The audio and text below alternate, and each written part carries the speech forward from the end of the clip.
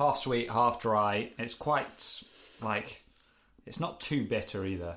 It's not. In fact, it's a 1 out of 5 on the bitter scale. It's very easy.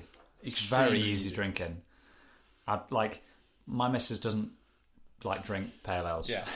But if I came back from the bar with one of these, yes, she'd be like, "Oh, I don't like pale ales." Yeah. Then she'd have a sip and she'd be like, "Oh, I quite like this one. It's good." I was going to say the exact same thing. Mrs. again, not a big beer drinker, but every now and again I'll get a beer and I think, I'll pass it over to her, just have a sniff and a taste, just to see what she thinks. Yeah. Just because I think, this might be up your street, and I think, because it doesn't have that sort of classic sort of bitterness at the back end. After that, so you get that with some pale ales and IPAs and stuff. You get that really sweetness up front, and then you get that sort of bitterness at the end. Yeah. This doesn't have that at all. It's really, really easy drinking. I'm getting sort of vanilla-y, almost like marshmallowy, that kind of subtle creamy sweetness. Yeah, creamy is a great adjective for this, actually. Even like the mouthfeel is like That's that. what I meant. That's exactly what I was meaning. Oh, this is good. This is really good. We're onto a winner tonight, man. 3 out of 3 so far. Yeah. Cheers. Cheers, mate. Yeah, fantastic. Again, parkbrewery.com. Check it out. Sign up to the email list. Get 10% off and order yourself some. Yeah. I would suggest, so far, what I'm going to suggest is, rather than sort of maybe ordering like bulk one, like 4 of one or whatever, get, also for all 3, I'm going to get the tick. I can't imagine the 4th one's not. All 3 of these, put them on your cart now. Yeah, do it. And just get them in.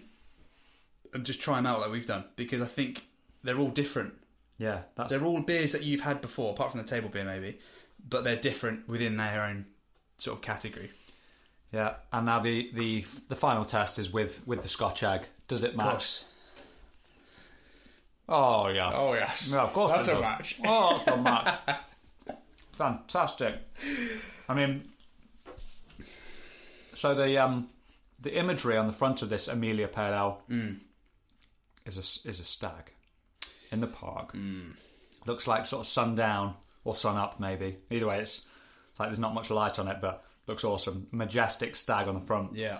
Fantastic. One of the best things about Richmond Park. For sure. Yeah, the deer are so cool.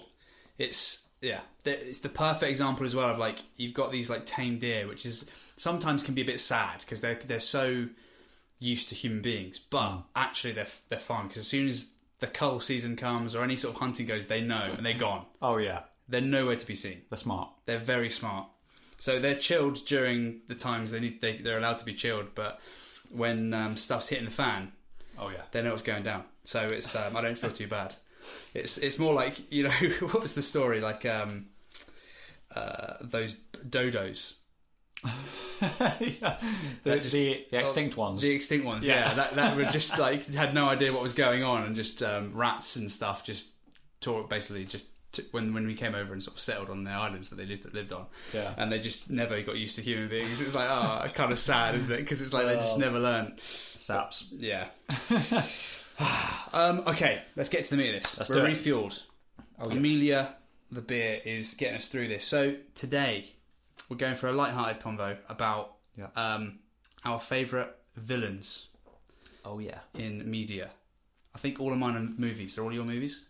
It's fine if not. Mine are 2.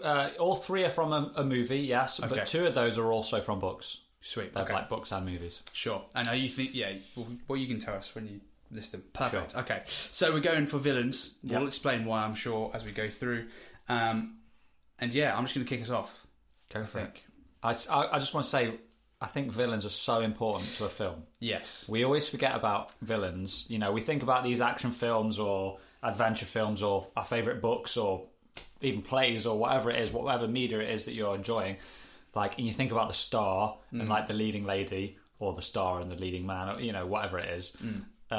But you kind of forget about the villain, and often it's that tension and release that makes it so good. It makes the hero look so great because they've defeated such an incredible villain. Yeah. Got such a dastardly evil character, Yes. And like some of the best films, as I will talk about in a moment, some of the best sort of films and books and stuff that I watch and read, like they've always got someone who's like who sickens me. You know, some villain that just really, you know, rubs me up the wrong way. You know, and that's because it would just be boring if it's just a cool dude walking around for 90 minutes. That's a rubbish film, isn't it? 100%. It's got to be a challenge. Yeah. Yeah. Exactly. Yeah, I think you're absolutely right. I think that's hit the nail on the head. That if the villain sucks and you don't feel like the protagonist is like in danger or struggling, then the film's going to suck 100%.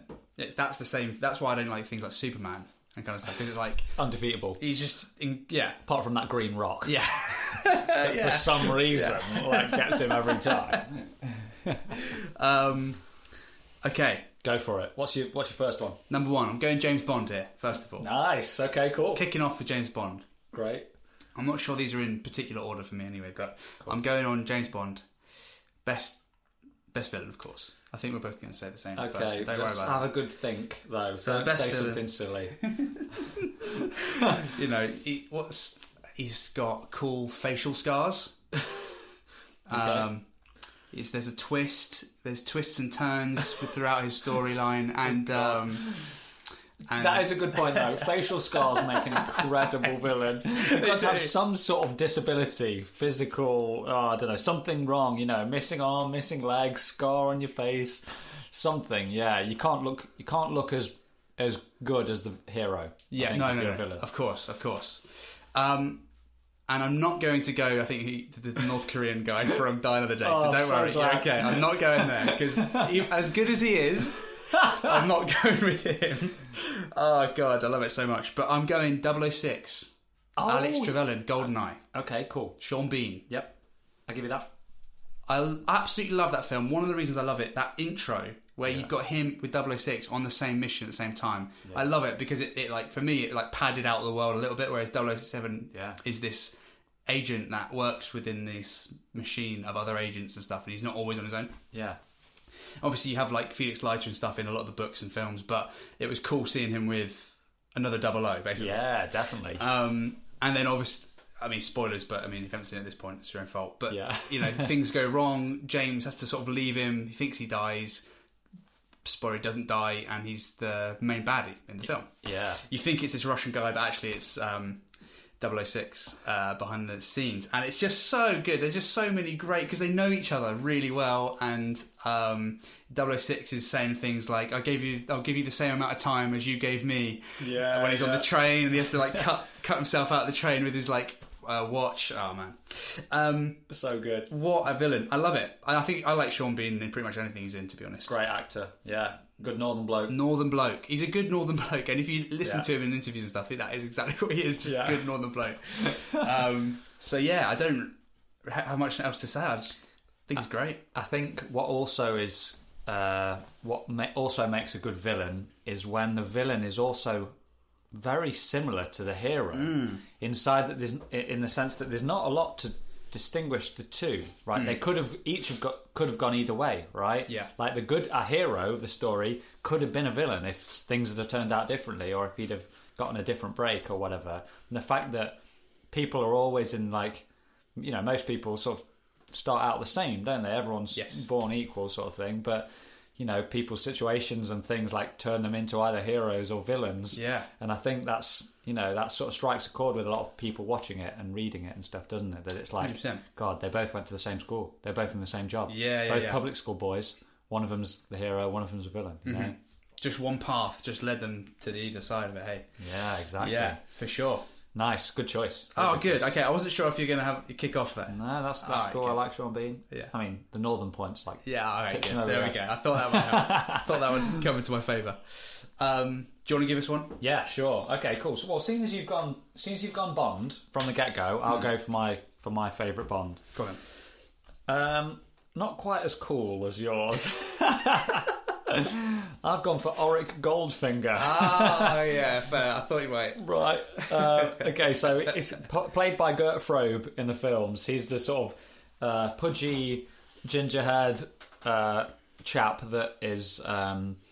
he basically like made a lot of money by buying up gold, kind of like they do nowadays with like We Buy Your Gold, you know, cheap gold or whatever. Bought all this gold and then basically like illegally exported it from the country in a Rolls Royce and took it to India, where he gets like twice the amount for it, basically. So Britain's gold reserves are being vastly depleted by this one guy, because he's got like 1,000 little gold shops all over the country, and he's just exporting the gold to India to get a better price, right? He plays golf very well, and I don't like that he cheats. And it really annoys the hell out of me. Yeah. That he's a cheater, and I think people that cheat like that, especially they cheat against themselves almost sometimes. They cheat just for the sake of winning. Like, it's not even a point, or cheat people that are worse off than themselves. That sort of thing makes him a good villain, because nobody likes that. It's like a horrible thing to do. Yeah. And the fact that he's got such a good henchman in Odd Job, the fact that he says some incredible lines, no, I expect you to die. Those sort of lines, Oh, they're just so good. And the fact that he's just like dresses like an English country gent and that sort of thing. He's just got loads of ticks for me. And I was thinking, I've got to have a Bond villain. And I was like, I could have gone Blofeld, who's like the main one. But I think he's been through too many incarnations. I was going to say, you'd have to pick one of those as well. Hey? Yeah, the water's been a bit muddied. It's been a bit blurred for me with Blofeld. So I thought Goldfinger kind of sums up a fantastic Bond villain for me. So he's my number one. Great, man. Yeah, no argues there. I love it. He is that quintessential villain. Like, he's super wealthy. He's got this super hot chick that he's keeping around that he thinks actually likes him, but is like clearly she's actually a lesbian. Yeah. Exactly. Running a motley crew of female bank robbers. I don't even know what they are. Yeah. They're like a crew of lesbian fighter pilot robbers. Yeah. That managed to sleep smoke an entire military base or something. Oh man, a whole town. Yeah, a whole town. That's it. Yeah. Oh god. Yes. Goldfinger. If anyone's not read the book Goldfinger, the book's great. Get on it. Yeah. Especially if you like golf. There's a whole chapter where Fleming describes an entire round of golf. Yeah. All 18 holes. Talks about all the shots that were taken. Yeah. But that sounds super boring, but it's a testament, isn't it, to his writing skill, that even people, I know people that have read it that don't even care about golf one tiny bit, and they were gripped throughout the entire chapter, because the tension builds slowly towards this huge final conclusion within the chapter. So yeah, fantastic. Fantastic. Yeah, always check your golf balls. Check it's your ball. That's the moral of the story. Don't hit somebody else's.